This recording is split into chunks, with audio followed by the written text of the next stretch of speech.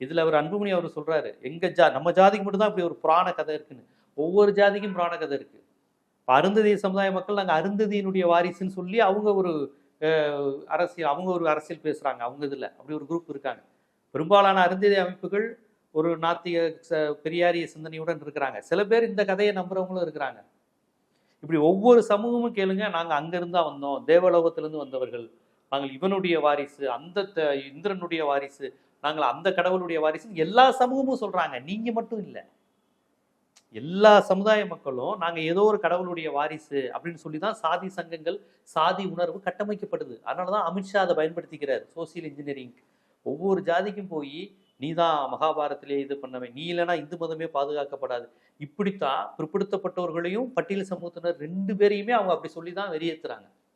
So நீங்கள் ஒன்று இது நாங்கள் மட்டும் தான் இப்படி ஒரு கதை வச்சுருக்கோங்க, நீங்கள் எல்லா ஜாதியும் வச்சுருக்கு.